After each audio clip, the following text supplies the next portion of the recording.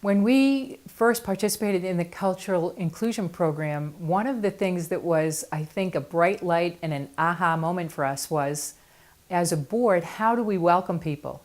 And while the board has always been, and we have always felt that we were a welcoming board, we had never really thought or put a lot of time into the onboarding process and how that should occur to make people really comfortable with being part of our board. So as a result of the cultural inclusion program, we began to not just be a warm and welcoming board, but to assign people mentors, which we had never done before, that stays with that person until that person feels, the new member feels comfortable in moving on and not needing to rely on that mentor. But that person is always there for the new member of the board, for whatever the reason might be.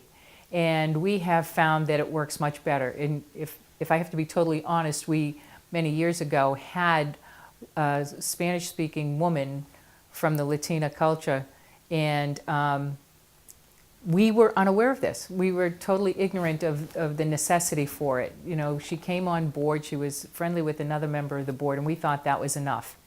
And we found that probably within 6 months, we lost that person as part of our board because she didn't feel comfortable. She felt like the odd person out because it was only one.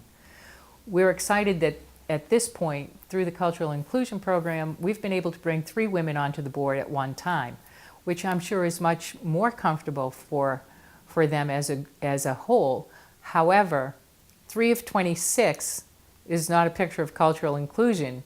It is a beginning.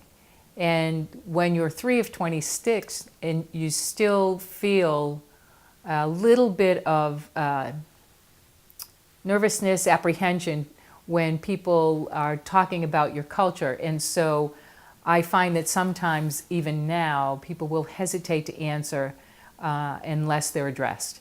And so cultural inclusion, as Joan always says, is not a checkoff box. You don't do it to get the grant. You do it because it will create wisdom and richness and an ability on your board to make far better decisions than they ever could without these people on the board. And certainly this, we have found, is the best way to bring people on board who are ready, willing, able, bright, and of a culture other than the predominant one on any board.